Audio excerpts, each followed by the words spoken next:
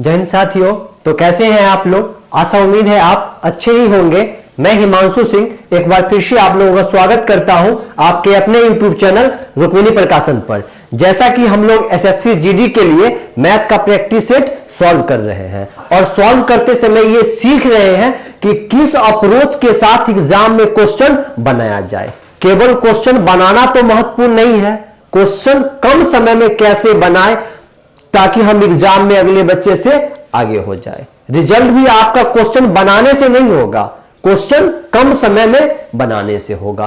तो क्वेश्चन कम समय में कैसे बनाएंगे, कैसे कैलकुलेशन को कम करेंगे, या फिर कैसे क्वेश्चन को ऑप्शन के मदद से बनाएंगे, जब आप कुछ सेट का प्रैक्टिस कीजिएगा तो उस दौरान आप सीख जाइएगा। यदि आप मेरा पीछे का क्लास देखे होइएगा तो आपको यह समझ में आ गया होगा कि बड़े बड़े कैलकुलेशन को कैसे कम करते हैं और कम समय में कैसे ऑप्शन देख के हम क्वेश्चन बनाते हैं। तो हम लोग बिना वक्त बर्बाद किए आज का सेट नंबर 17 है, स्टार्ट करते हैं। इसका फर्स्ट क्वेश्चन देखिएगा। पहला क्वेश्चन है 1845 में कौन सी सबसे छोटी संख्या को जोड़ा जाना चाहिए ताकि वह 3, 4, 5 और 6 से विभाज्य हो।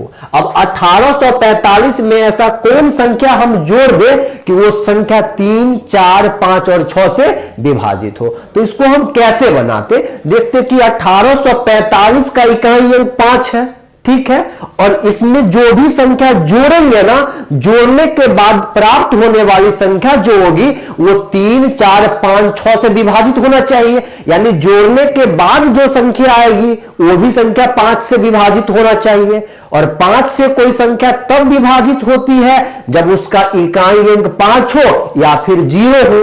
तो अपने ऑप्शन को देखिए कि कौन सा ऑप्शन आप जोड़िएगा तो संख्या 5 से विभाजित हो जाएगी। तो आप कहिएगा ऑप्शन नंबर आपका ए है ना, ये 15 है। 1845 में आप 15 को जोड़ दीजिएगा तो 1560 होगा और 1560 5, 3, 4, 6 से विभाजित है। अब कहिएगा ये 9, 12, 3 को क्यों नहीं चेक किए? क्योंकि हम 5 पकड़ लिए, यहां 5 को देख के सॉल्व करना आसान था। 3 रखेंगे या फिर 12 रखते या फिर 9 रखते तो जो भी संख्या हमको मिलेगी वो 5 से तो कटेगी नहीं, और संख्या को 5 से भी कटना है। तो 5 से कटने के लिए आपको क्या जोड़ना था? 15 जोड़ना था। ऐसे कम समय में आप क्वेश्चन को कर सकते हैं। और सबसे पहले तो आप एक क्लास को देखिए और क्लास में जो अप्रोच सिखाया जाए उसी अप्रोच के साथ ये पीडीएफ को एक बार सॉल्व कीजिए। ये पीडीएफ आपको रुक्मिणी प्रकाशन लाइव नाम के टेलीग्राम चैनल पर अपलोड कर दिया जाएगा। 1.5 लाख से अधिक बच्चे वहां पे अपने तैयारी को कर रहे हैं। आप भी वहां जाइए और जुड़ के ये पीडीएफ मिलेगा। एक बार इसी अप्रोच के साथ सॉल्व कीजिएगा और इस अप्रोच पर यदि आपका पकड़ हो जाता है तो आप एग्जाम हॉल में कम समय में क्वेश्चन सॉल्व कर लीजिएगा।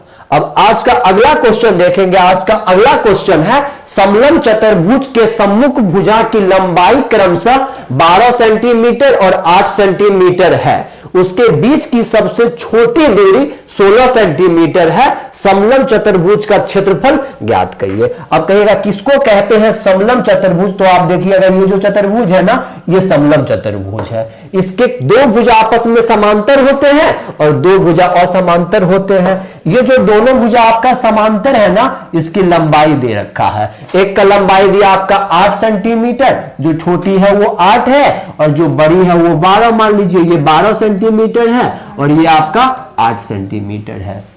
और कहा गया है उसके बीच की सबसे छोटी दूरी कितना है? 16 सेंटीमीटर है। और इसके बीच की जो दूरी होगी ना, दूरी वो आपका क्या है? 16 सेंटीमीटर है। ये दूरी 90 डिग्री पर आती है। सबसे छोटी जो भी दूरी होगी ना, वो सीधा लाइन खींचा गया होगा, वही दूरी होगी।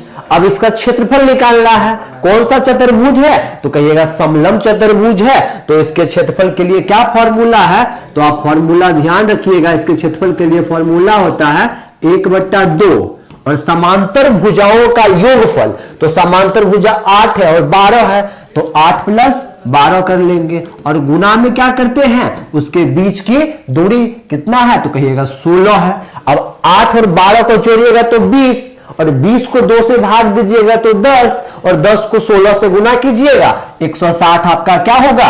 आंसर हो जाएगा। केवल आपको फॉर्मूला ध्यान होता तो इस क्वेश्चन को 4 से 5 सेकंड में आप कर लेते। दोनों समांतर भुजा को जोड़ते, 2 से भाग देते और दूरी से गुणा करते। तो फॉर्मूला कैसे ध्यान रहेगा? जब आप कॉन्सेप्ट पढ़ते हैं, किसी भी टीचर से फाउंडेशन करते हैं, तो उन समय तो चैप्टर पढ़ते हैं और आगे पढ़ते हैं, पीछे भूलते हैं। जब आप कुछ सेट का प्रैक्टिस कर लीजिएगा तो जितने भी एग्जाम में आने वाले कॉन्सेप्ट होते हैं उनसे आप रूबरू हो जाइएगा, और रूबरू रहिएगा, आपका प्रैक्टिस रहेगा, तो आप एग्जाम में कम समय में क्वेश्चन कर लीजिएगा। अब अगला क्वेश्चन देखिएगा, क्वेश्चन नंबर 3 है, एक व्यक्ति धारा के दिशा में 66 किलोमीटर की दूरी 6 घंटे में और धारा के विपरीत दिशा में 72 किलोमीटर की दूरी 8 घंटा में तय कर सकता है, धारा की चाल बताइए। कहा गया धारा की दिशा में 66 किलोमीटर जाने में 6 घंटा लगता है और विपरीत दिशा में 72 किलोमीटर जाने में 8 घंटा लगता है, धारा की चाल बताइए। जब भी बोथ एंड स्ट्रीम से क्वेश्चन आए ना, तो आप नाव के चाल को x मानिएगा और धारा की चाल को y मानिएगा। आपसे क्या पूछा गया? धारा का चाल, तो धारा का चाल को हम y मानेंगे और नाव के चाल को क्या मानेंगे? x मानेंगे। और नाव जब धारा के दिशा में चलती है तो उसका चाल बढ़ जाता है, जिस साइड धारा बह रही है और इसी साइड नाव भी जा रही है, तो चाल उसका थोड़ा सा बढ़ेगा। चाल बढ़ेगा तो चाल क्या आएगा? तो उसका अपना चाल और प्लस में धारा का चाल। नाव के चाल को x मानेंगे और धारा के चाल को y मानेंगे, तो चाल बराबर दूरी बट्टा समय। धारा के दिशा में चाल है इसलिए जोड़े, और दूरी कितना है? कहिएगा 66 किलोमीटर, समय कितना लगा? 6 घंटा, तो चाल कितना होगा? 66 बट्टा 6 यानी 11 किलोमीटर प्रति घंटा। और जब वो विपरीत दिशा में गया ना, तो x माइनस वाई करेंगे, नाव के चाल में से धारा के चाल को घटाएंगे, और विपरीत दिशा में जब वो जाता है तो 72 किलोमीटर दूरी तय करने में कितना समय लगा? 8 घंटा। तो 72 बट्टा 8 कीजिएगा तो 9 किलोमीटर प्रति घंटा आपका क्या आ जाएगा? चाल आ जाएगा। जब वो विपरीत में गया, धारा के विपरीत, तब। अब आपसे पूछा गया धारा का चाल यानी y का मान पूछा गया, तो इन दोनों को घटाइएगा तो x से x कटेगा और एक y हो जाएगा आपका 2y। उस साइड क्या बचेगा? तो कहिएगा 2 किलोमीटर प्रति घंटा, और यहां से y निकाल लीजिएगा तो y का मान 1 किलोमीटर प्रति घंटा। कहां है 1 किलोमीटर प्रति घंटा? तो आपके ऑप्शन नंबर डी में क्या था? 1 किलोमीटर प्रति घंटा। अब अगला क्वेश्चन देखिएगा, क्वेश्चन नंबर 4 है, उस बेलन के संपूर्ण पृष्ठीय क्षेत्रफल का उसके वक्र पृष्ठीय क्षेत्रफल से अनुपात ज्ञात कीजिए जिसकी त्रिज्या 20 सेंटीमीटर और ऊंचाई 50 सेंटीमीटर है। यानी त्रिज्या 20 है, ऊंचाई 50 है, और कहा गया है बेलन के संपूर्ण पृष्ठीय क्षेत्रफल से वक्र पृष्ठीय क्षेत्रफल का अनुपात बताइए। तो बेलन का संपूर्ण पृष्ठीय क्षेत्रफल बोले तो टोटल सरफेस एरिया, और क्या बोला गया? लेटरल सरफेस एरिया का अनुपात बताइए। तो टोटल सरफेस एरिया की जगह आप क्या लिखिएगा? 2 पाई आर और प्लस में r plus H. 2 pi r into में r प्लस एच लिखिएगा, और वक्र पृष्ठीय क्षेत्रफल के स्थान पे क्या लिखिएगा? तो कहिएगा 2 पाई आर एच। बेलन का संपूर्ण पृष्ठीय क्षेत्रफल 2 पाई आर इंटू में r प्लस एच होता है, और वक्र पृष्ठीय क्षेत्रफल 2 पाई आर एच होता है। अब 2 पाई आर से 2 पाई आर को तो आप काट लीजिएगा ना, तो ऊपर में क्या बचेगा? r प्लस एच, और नीचे क्या बचेगा? केवल h। तो r प्लस एच है, r का मान 20 और h का मान 50। 20-50 जोड़ लीजिएगा तो क्या आएगा? ऊपर में कहिएगा 70, और नीचे केवल h बचेगा। h का मान 50 है तो 50 लिखिएगा, 0 से 0 कटेगा तो क्या बचेगा? आप कहिएगा 7/5। और ये बट्टा का मतलब ही क्या होता है? अनुपात होता है। आपका आंसर क्या होगा? 7/5। कहां है 7/5? तो आपके ऑप्शन नंबर सी में क्या था? 7/5। जो आपसे पूछा गया कि उसके संपूर्ण पृष्ठीय क्षेत्रफल और वक्र पृष्ठीय क्षेत्रफल का अनुपात बताइए, आप क्या आंसर करते? केवल फॉर्मूला आप प्रैक्टिस में रहते कि बेलन का वक्र पृष्ठीय क्षेत्रफल 2 पाई आर एच होता है और संपूर्ण पृष्ठीय क्षेत्रफल 2 पाई आर इंटू में r प्लस एच होता है।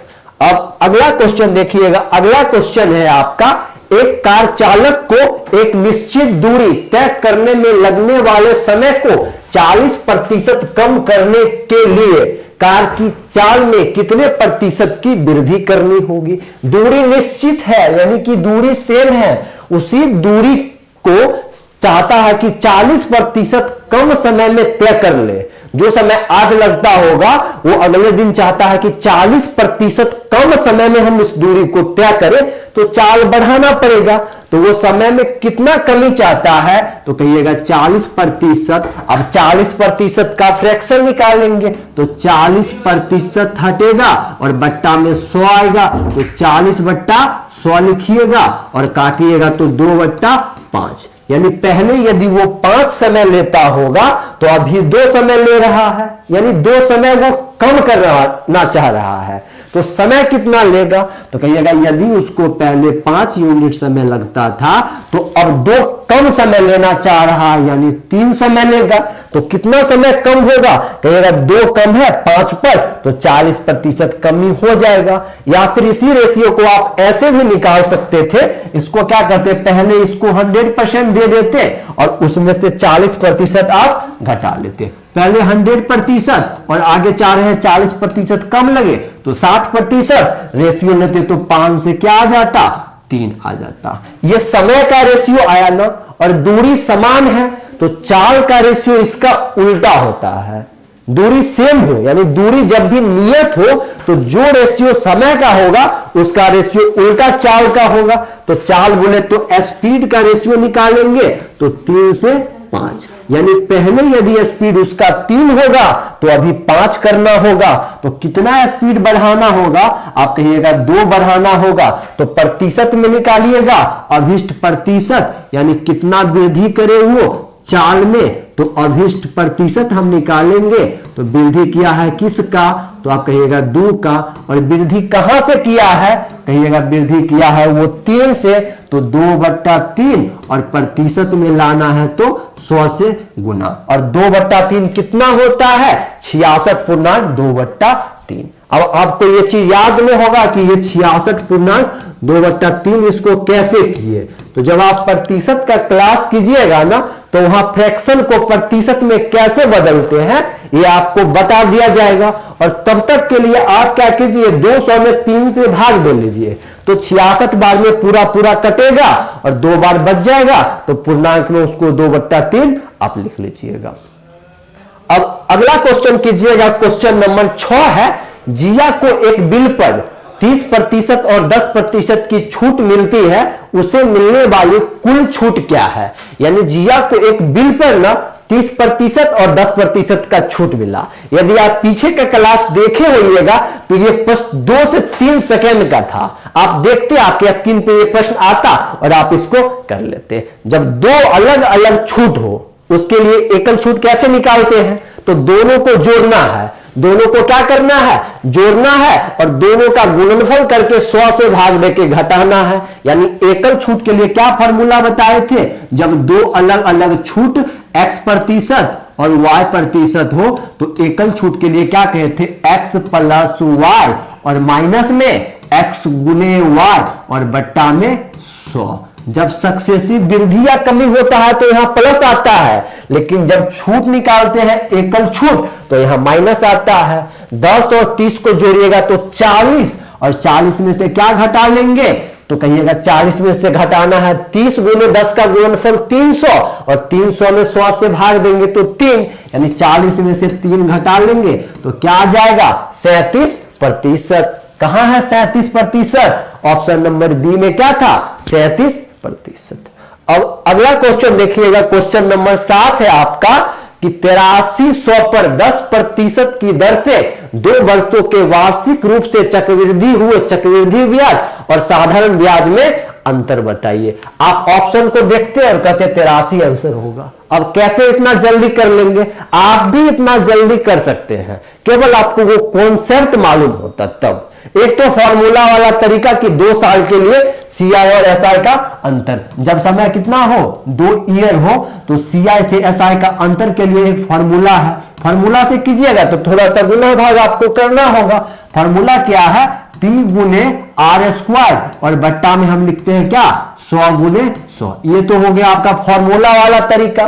और इसको हम जल्दी कैसे करते हैं, स्मार्ट अप्रोच इसका क्या है, तो इसके लिए आप क्या करते, 2 साल का सीआई निकालते, रेट है 10%, तो 2 साल का सीआई आपका यहां ए भी फॉर्मूला लगाइएगा, तो 10 प्लस 10 और प्लस में 10 गुने 10 बट्टा में 100। कैसे निकालते हैं, कौन फॉर्मूला लगाना है आपको, ए बी फॉर्मूला, तो ए प्लस बी और प्लस में ए गुने बी और बट्टा में क्या लिखना है 100 लिखना है। तो 2 साल का सीआई इस फॉर्मूला से निकालिएगा, तो 2 साल का सीआई आपका आ जाएगा 31% और 2 साल का एसआई निकालिएगा साधारण ब्याज, तो वो आ जाएगा आपका 20%। कैसे, तो फर्स्ट साल में 10%, फिर अगले साल में 10%। साधारण ब्याज तो हमेशा मूलधन पर मिलेगा, तो 2 साल में 20%। अब दोनों का अंतर कितना है, तो कहिएगा प्रतिशत में दोनों का अंतर है 1%। आपसे क्या पूछा गया, कितना अंतर आएगा रुपया में, तो रुपया में जब आप अंतर निकालिएगा तो कितना रुपया है, आप कहिएगा प्रिंसिपल तो था 8300 और इसका 1%, प्रतिशत हटता है, नीचे में 2 जीरो आएगा, 2 जीरो से 2 जीरो कट के आपका क्या आंसर होगा 83। कहां था 83, ऑप्शन नंबर बी में। और आप इस फॉर्मूला पे बैठा के बताइएगा, इस फॉर्मूला पे बना के कि आपका आंसर 83 ही आ रहा है या नहीं, इससे भी बनाइएगा, फिर ये 83 आएगा। अगर ये अप्रोच आप जानते कि 2 साल का सीआई कैसे निकालते हैं और एसआई कैसे निकालते हैं, तो ये माइंड में हो जाता। क्वेश्चन आप देखते तो कहते एसआई 20 होगा और सीआई 21 होगा, अंतर 1 का है, 8300 का 1%, 5 से 6 सेकंड लगता, आप एग्जाम हॉल में इस क्वेश्चन को बना लेते हैं। अब अगला क्वेश्चन देखिएगा, अगला क्वेश्चन 8 नंबर है, कह रहा है यदि तेल का मूल्य 25% से बढ़ता है, तेल का मूल्य कितना से बढ़ा, 25% से बढ़ता है और अर्पित तेल पर किए गए खर्च को 10% से बढ़ाता है, तो वह खरीदने गए तेल की मात्रा को कितने प्रतिशत कम करेगा। यानी वो मूल्य बढ़ा 25% और वो खर्च बढ़ाना चाह रहा है 10%, तो उसको आज कम लाना होगा, क्योंकि मूल्य में वृद्धि हो गया है 25% और रुपया वो कह रहा है कि हम 10% बढ़ाएंगे, तो उसको सामान पहले से कम मिलेगा। तो मान लेते हैं कि पहले 100 होगा और ये बढ़ के कितना हो गया, तो बढ़ के हो जाएगा आपका 125 हो गया, आज 125 का मिल रहा है और वो खर्च में कितना चाहता है कि हम वृद्धि कर देंगे, तो 10% हम वृद्धि करेंगे, यानी 110 तक हम कर सकते हैं। करना कितना था 125 नहीं किए, 110 किए, तो आज हमको सामान कम मिलेगा। तो सामान कितना कम मिलेगा, तो आप कहिएगा 125 में से 110 को घटाएंगे तो -15, यानी 15 यूनिट हमको क्या मिलेगा, कम मिलेगा। अब प्रतिशत में बदल लीजिएगा तो 15 और किससे कम मिल रहा है, तो कहिएगा 125 से कम कहां से किए हैं, 125 से, और प्रतिशत में लाना है तो 100 से गुना। अब किसी को भी प्रतिशत में लाना है 100 से गुना करना पड़ेगा। अब काटा कुटी खेलिएगा ना थोड़ा सा 25 से, तो 25 पंचे और 25 चौके, यहां फिर 5 से काट लीजिएगा, 5 तिया 15 और 3 चौके 12 और प्रतिशत सटा देना है, आपका क्या आंसर आएगा 12%। कहां था 12%, ऑप्शन नंबर ए में क्या था 12%। अब अगला क्वेश्चन देखिएगा, अगला क्वेश्चन 9 नंबर है, एक हवाई जहाज एक निश्चित दूरी को 510 किलोमीटर प्रति घंटा की गति से 3 घंटा में तय करता है, यानी चाल उसका 510 किलोमीटर प्रति घंटा था, तो 3 घंटा में वो इस दूरी को तय कर लेता है। उसी दूरी को 10.1/5 घंटा में तय करने के लिए उसे कितनी गति से उड़ना चाहिए। अब दूरी निकालने के लिए हम क्या करेंगे, चाल गुने समय। तो पहले बार में चाल कितना है, आप कहिएगा 510 है चाल और समय कितना लगा, तो 3 घंटा, तो ये टोटल दूरी आया होगा चाल गुने समय से। अब इसी दूरी को वो किस चाल से कह रहा है, यानी तय करे कि 10.1/5 घंटा में तय कर ले, तो मानते हैं कि x चाल से तय करेगा तो कितना समय लेगा, 10.1/5 को जब आप बदल लीजिएगा भिन्न के रूप में, तो 5 में 50 और 51 बट्टा क्या लिखिएगा 5 लिखिएगा। अब काटा कुटी भी यहीं पे खेल लीजिएगा, तो 51 ऊपर में, यहां 51 से काट लीजिएगा तो 10 बार में, और 10 तिया 30 और 5 इधर आके गुना होगा तो x बराबर क्या आ जाएगा 150 किलोमीटर प्रति घंटा। यानी 10.1/5 घंटा में उस दूरी को तय करने के लिए उसे किस चाल से चलना होगा, तो 150 किलोमीटर प्रति घंटा के चाल से। कहां था 150? तो ऑप्शन नंबर ए में। अब अगला क्वेश्चन देखिएगा, क्वेश्चन नंबर 10 है, और आपको पहले ही कहे थे यदि आप इन सब कॉन्सेप्ट से क्वेश्चन सॉल्व करते हैं तो आप कम समय में क्वेश्चन सॉल्व कीजिएगा। आप पिछला ही क्वेश्चन देखें, कितना समय लगा, एक लाइन लिखे, अगला लाइन में काट के आंसर कर लिए। बस केवल आपको कॉन्सेप्ट पर पकड़ होना चाहिए, और वो कॉन्सेप्ट जिस कॉन्सेप्ट के साथ हम एग्जाम हॉल में क्वेश्चन सॉल्व कर ले। वो तरीका नहीं कि जो बुक में लिखा होता है वो ऐसे सॉल्व करेंगे तो एग्जाम हॉल में क्वेश्चन समय से सॉल्व नहीं होगा। और वैसे तो सभी बच्चे सॉल्व करते हैं, तो आपका ही रिजल्ट कैसे होगा, उनका भी हो सकता है। तो उनसे आगे होने के लिए आप में कुछ ना कुछ अलग होना जरूरी है। और ये क्लास आप लोगों को अच्छा लगता है तो ये चीज अपने दोस्त साथी के बीच भी बताइए, और उन लोग को भी इस चैनल पे जोड़िए। और आप भी चैनल पे नए हैं तो चैनल को सब्सक्राइब कर लीजिए।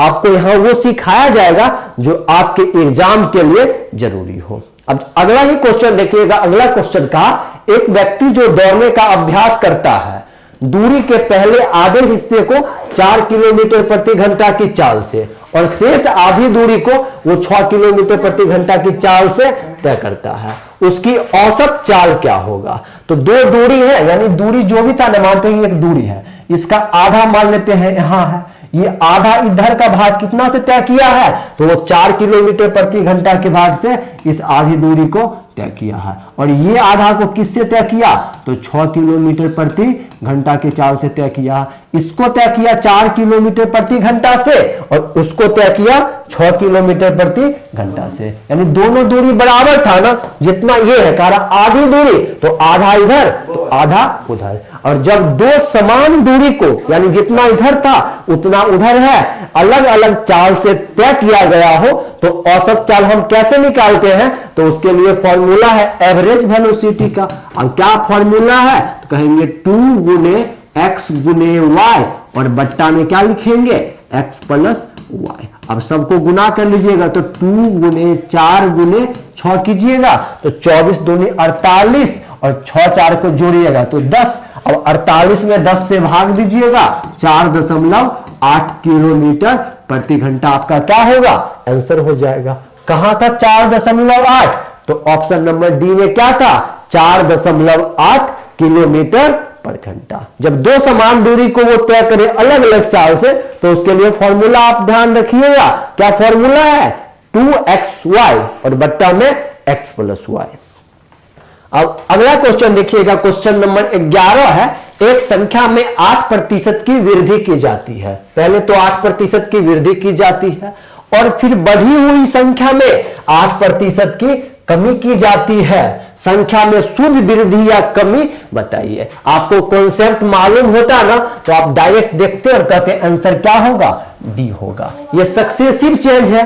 एक बार पहले 8% वृद्धि किया, फिर 8% कमी किया, तो ऑलवेज कमी होगा। जब भी वो वृद्धि करे या कमी करे, पहले कमी करे या वृद्धि करे, और दोनों परिवर्तन बराबर हुआ हो, समान परिवर्तन हुआ हो, तो हमेशा हमको क्या मिलेगा, कमी होता है। और कितना कमी होता है, तो जितना समान कमी वृद्धि हुआ उसका स्क्वायर करके 100 से भाग दीजिए। अब ऐसा क्यों करते हैं वो देखिएगा। तो हम आपको सक्सेसिव के लिए ए बी फॉर्मूला अभी बताए थे ना, तो वही ए बी फॉर्मूला यहां भी लगता है। 8 का वृद्धि है तो आप लिखिए कि +8 होगा, फिर 8 का कमी है तो लिखिए -8 होगा, और फिर आप लिखिएगा प्लस ए गुने बी था तो प्लस में 8, और गुना में क्या लिखना है, माइनस में 8, और बट्टा में क्या कहे थे 100। यही ए बी फॉर्मूला है। इसी ए बी फॉर्मूला को लगा के इसको हम बनाएंगे, और आंसर जो भी आता है प्रतिशत में आता है। अब ये +8 और -8, ये तो 0 बन जाता है, और प्लस गुने माइनस माइनस होता है, 8 8 64, और बट्टा में 100 है तो 100 लिखते हैं, और 64 बट्टा 100 को आप क्या लिख सकते हैं, तो 0.64 प्रतिशत कमी। माइनस है तो बताएगा कि कमी है, और प्लस हो तो बताएगा कि वृद्धि है। लेकिन आप ऐसे क्वेश्चन को तब कीजिएगा जब चेंजिंग अलग अलग हो, यानी वृद्धि कभी 10 हो, एक 12 हो, अलग अलग चेंजिंग हो, तब तो आप यही फॉर्मूला लगाइएगा। और अलग अलग चेंजिंग नहीं हो, सेम चेंजिंग हो, जैसे कि 8 वृद्धि 8 कमी, सेम चेंजिंग है ना। जब सेम परिवर्तन हो तो उसका स्क्वायर कर देना है और 100 से भाग देना है। तो 8 का स्क्वायर 64 और 100 से भाग देंगे तो 0.64% आपका क्या आता, आंसर आता। अब अगला क्वेश्चन देखिएगा, यदि 200 से 350 तक की कीमतें पर खरीदी गई पुस्तकों को 300 से 450 तक की कीमतों पर बेचा जा रहा है, तो 8 पुस्तकों को बेचने पर अधिकतम संभावित लाभ क्या है। ये क्वेश्चन कहा ना कि पुस्तक खरीदते समय ना कितना में खरीदे हुए एक्यूरेट हमको नहीं मालूम, लेकिन उसको 200 से 350 तक खरीदा गया है और बेचते समय 300 से 450 तक बेचा गया है। तो अधिकतम लाभ हमको बताइए। अधिकतम लाभ आपको कब होगा?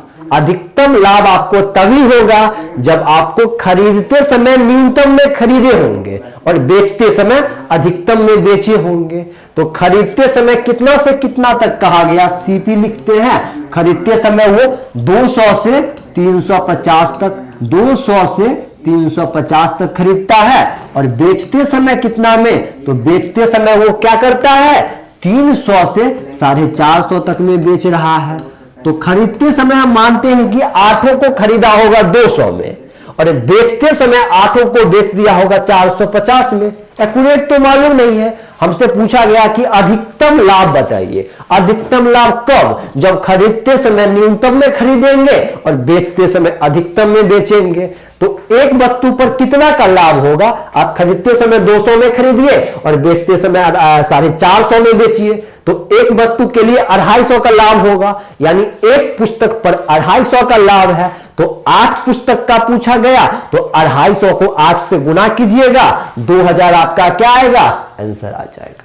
अब अगला क्वेश्चन देखिएगा, क्वेश्चन नंबर 13 है। एक गोलार्ध, गोलार्ध बोले तो अर्ध गोला होता है। एक गोलार्ध का आयतन 3 इकाई की त्रिज्या वाले गोले के आयतन का 32 गुना है। गोलार्ध का व्यास 10 इकाई होगा। अब गोलार्ध बोले तो अर्धगोला और इसका आयतन 2/3 पाई आर क्यूब। अर्धगोला है तो छोटा आर मानते हैं और इसका आयतन जो है ना किसके 32 गुना है, तो 3 इकाई की त्रिज्या वाले गोले के आयतन का। तो गोला का आयतन 4/3 और पाई और आर का क्यू करेंगे तो आर 3 है, 3 का क्यू कीजिएगा तो 27 और इसका कितना गुना है, तो 32 गुना है। इस अर्धगोला का आयतन इस गोले के आयतन का 32 गुना था। अब पाई से पाई काट लीजिए, काटा कुटी आप खेलिएगा, फिर 3 से 3 को आप काट लीजिए, फिर इस 2 से काटिएगा, यहां आपका 2 बार में कट जाएगा। अब 32 को 2 से गुना कीजिएगा तो 64। तो आर क्यू के स्थान पे आप क्या लिखिएगा, आर क्यू के स्थान पे आप क्या लिख सकते हैं, तो लिखिएगा 27 और गुना में 32 को 2 से गुना करके 64।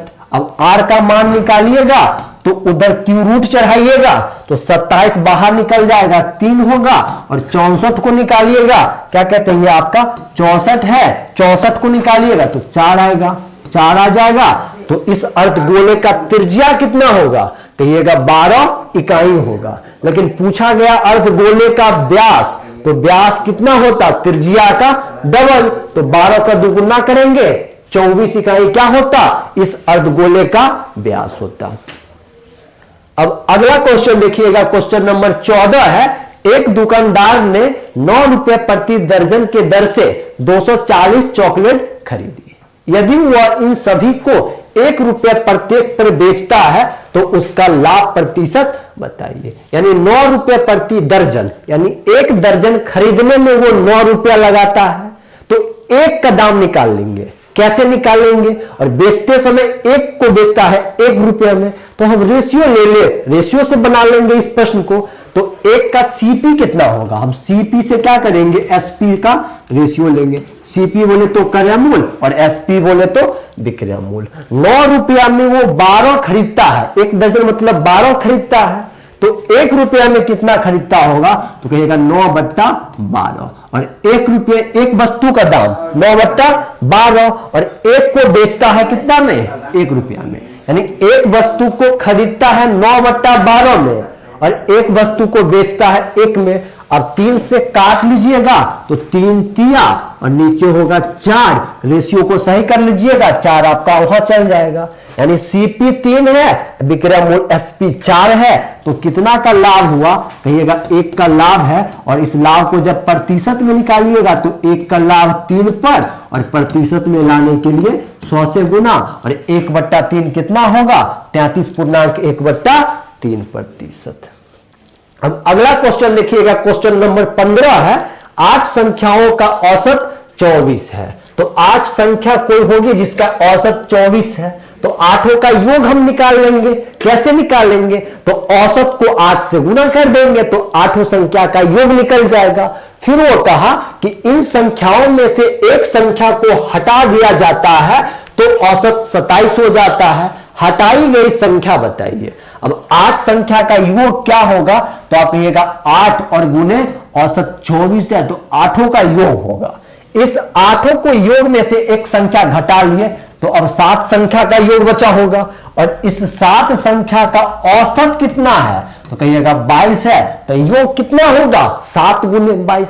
यानी 8 के योग में से एक संख्या को घटाएंगे तो 7 का योग बचेगा। औसत 22 था तो 7 गुने 22 कर लिए। अब 24 को 8 से गुना कर लीजिएगा ना, तो क्या आएगा, 192। और 192 में से x घटाना है, 22 को 7 से गुना कीजिएगा तो 154 आएगा। अब इसमें से 154 को घटाइएगा तो कितना x का मान निकल जाएगा, तो x का मान आपका 38 आएगा। कहां था 38, ऑप्शन नंबर सी में।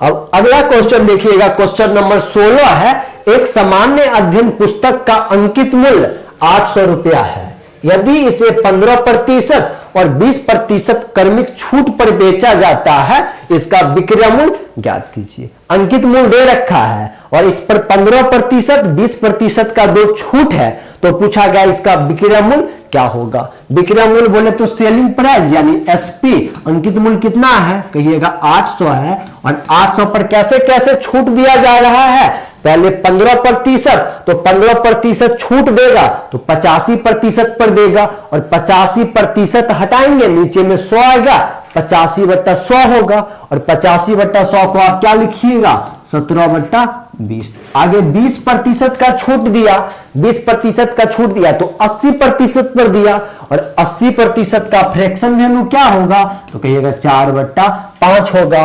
और 20 को 5 से गुना कीजिएगा तो 100, यानी 2 जीरो से 2 जीरो आपका कट गया।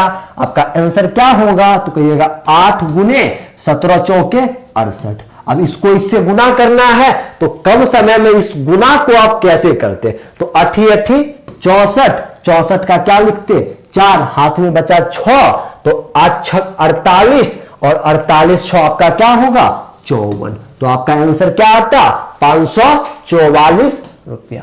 कहां था 544, ऑप्शन नंबर सी में। अब अगला क्वेश्चन देखिएगा, क्वेश्चन नंबर 17 है, 2 पेन और 3 नोटबुक का क्रय मूल्य 220 रुपया है। पेन को आप x मान लीजिए और नोटबुक को क्या मान लेते हैं, y मान लेते हैं।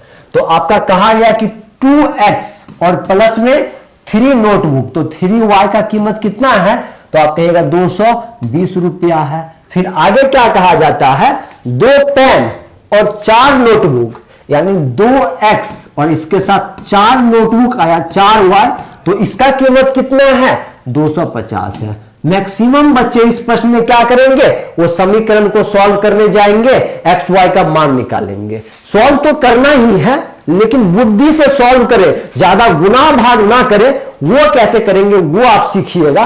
फिर आपसे पूछता क्या है लास्ट में कि पेन और नोटबुक के क्रय मूल्य के बीच का अनुपात ज्ञात कीजिए। अब आप एक बात बताइए कि 2 पेन यहां था, 2 पेन यहां था और यहां पे 3 नोटबुक है, यहां पे 4 नोटबुक है, तो एक नोटबुक बढ़ा है।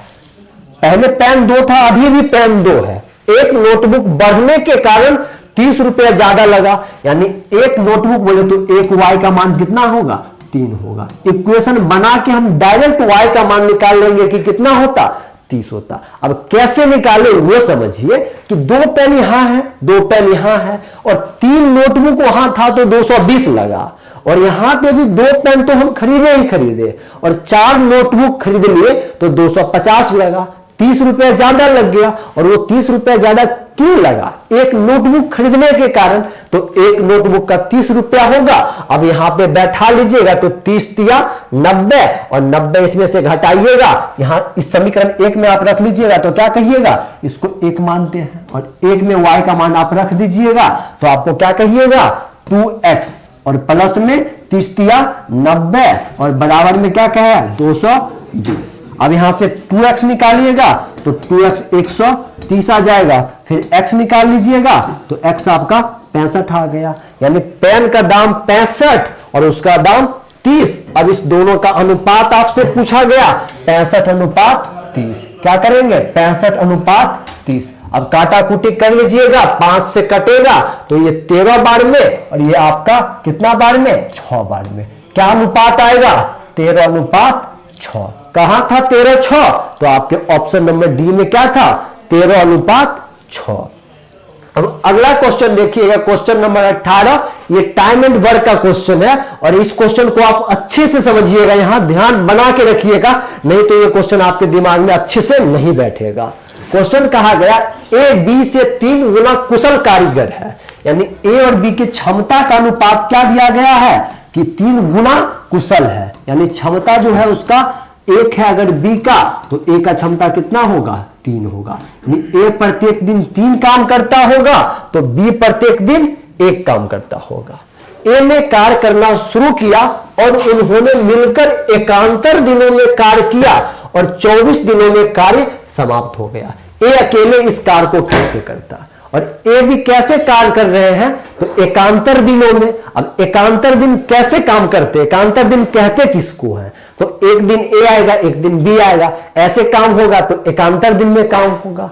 और पहले दिन मानिए यदि ए आया है तो 3 काम करेगा और अगले दिन बी आया है तो वो 1 काम करेगा, तो 2 दिन में कितना काम हुआ, तो आप कहिएगा 2 दिन में 4 काम होगा। 2 दिन में कितना काम 4 काम, पहले दिन ए और दूसरे दिन बी, तो 2 दिन में 4 काम। और काम कितना दिन में समाप्त हुआ है 24 दिन में, तो दोनों साइड 12 से गुना कर देंगे तो क्या आ जाएगा 24 दिन, और 24 दिन में कितना काम होगा 12 से गुना करेंगे तो 12 चौक 48 काम, यानी आपका 24 दिन में काम कितना हुआ होगा 48, यानी टोटल काम होगा कितना तो 48। अब इसी काम को ए अकेला करेगा, तो ए अकेला करेगा तो कितना समय लेगा, काम 48 था और ए का क्षमता है 3, तो कितना समय लग जाएगा 16 दिन। कहां है 16 दिन, आपके ऑप्शन नंबर सी में क्या था 16 दिन।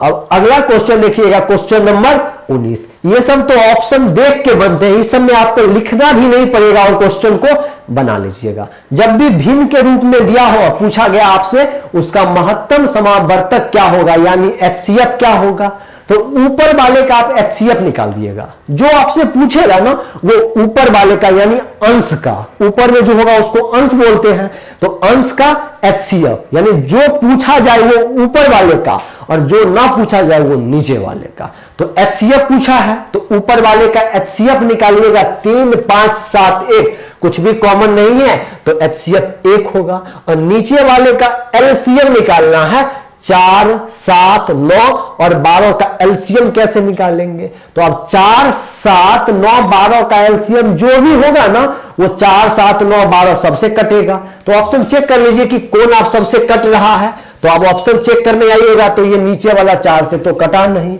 अब इस ऑप्शन को चेक करने आइएगा तो यहां भी 4 से नहीं कटा। अब इस ऑप्शन को चेक कीजिएगा तो ये 12 से नहीं कट रहा है, तो आपका आंसर क्या होगा ऑप्शन नंबर सी।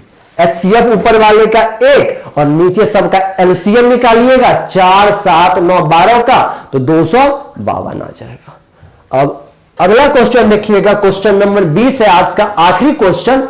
एक छाता 80 रुपए में खरीदा जाता है और 68 रुपया में बेचा जाता है, हानि का प्रतिशत क्या होगा।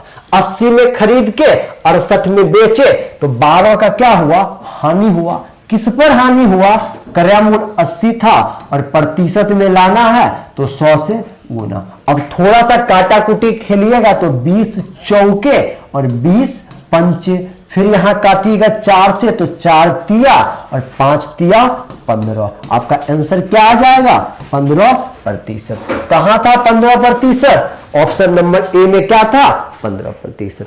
तो आज का क्लास यहीं पे समाप्त होता है। आज का क्लास यदि आपको अच्छा लगा हो तो अपने दोस्त साथी के बीच क्लास को जरूर शेयर कीजिए, और इस क्लास में आप नए हैं तो इस चैनल को सब्सक्राइब कर लीजिएगा और लाइक कर दीजिएगा इस वीडियो को। फिर मिलते हैं अगले क्लास में, तब तक के लिए bye bye, love you, take care.